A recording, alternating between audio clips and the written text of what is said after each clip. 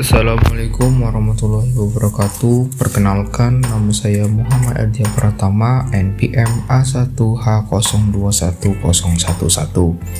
Dosen Matkul Dr. Muhammad Kristiawan MPD, Matkul Filsafat. Yang akan kita bahas kali ini ialah filosofi pendidikan di masa depan.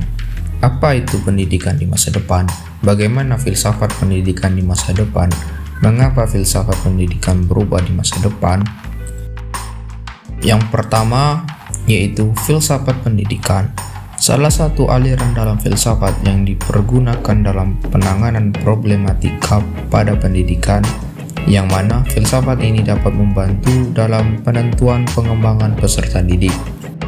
Brubacher 1950 mengelompokkan filsafat pendidikan menjadi dua, yaitu A. Filsafat pendidikan konservatif yang didasari oleh idealisme, humanisme, dan supranaturalisme, atau realisme religius. B. Filsafat pendidikan progresif, filsafat yang didukung oleh filsafat pragmatisme dari John Dewey dan romantik naturalisme dari Rousseau. Selanjutnya, bagaimana filsafat pendidikan di masa depan? Tentu perubahan zaman akan membuat perubahan pula dalam cara berpikir atau berfilsafat pendidikan. Untuk melihat gambaran filsafat di masa depan dapat dilihat dari fakta-fakta yang ada di masa kini, serta kemungkinan yang masuk akal yang dapat terjadi di masa yang akan datang. Untuk melihat fakta-fakta dan kemungkinan yang ada, dapat kita gunakan konsep postmodernisasi, virtualisasi pendidikan, dekonstruksi pendidikan, evolusi filsafat pendidikan masa depan. 1. Postmodern. Kata modern itu sendiri mengacu pada keadaan setelah pencerahan. Setelah masa modern, lahirlah masa postmodern, yakni sebuah masa yang kita alami sekarang ini. Konsep filsafat yang berkembang di masa yang akan datang tidak melepaskan dari model-model konsep yang sudah ada sebelumnya. Dan simpulan sementara yang dimaksud adalah kebenaran yang menjadi ciri khas masa postmodern itu. 2. Virtualisasi pendidikan. Pendidikan mengalami perubahan realitas.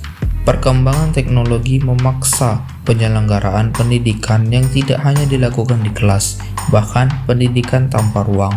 Sebagaimana dipahami bahwa objek filsafat adalah bentuk-bentuk keberadaan yang memiliki tingkatan mulai dari benda mati sampai simbol. Tantangan yang muncul pada hari-hari ini adalah hadirnya objek filsafat yang berbeda dengan masa-masa lalu. 3. Dekonstruksi pendidikan. Berasal dari kata konstruksi yang berarti bangunan dan diberi imbuhan de yang berarti merusak, sehingga dapat disimpulkan yaitu merubah konsep-konsep filsafat pendidikan itu sendiri, kemudian membangun lagi konsep-konsep filsafat pendidikan adalah arti dari konstruksi pendidikan. 4. Evolusi filsafat pendidikan di masa depan. Filsafat pendidikan masa depan ditandai dengan adanya perubahan tatanan konsepsi filsafat itu sendiri. Contohnya, ketika filsafat dikatakan telah mati, maka secara otomatis akan melahirkan filsafat yang baru.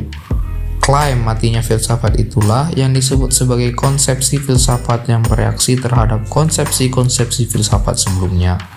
Selanjutnya, mengapa filsafat pendidikan berubah di masa depan?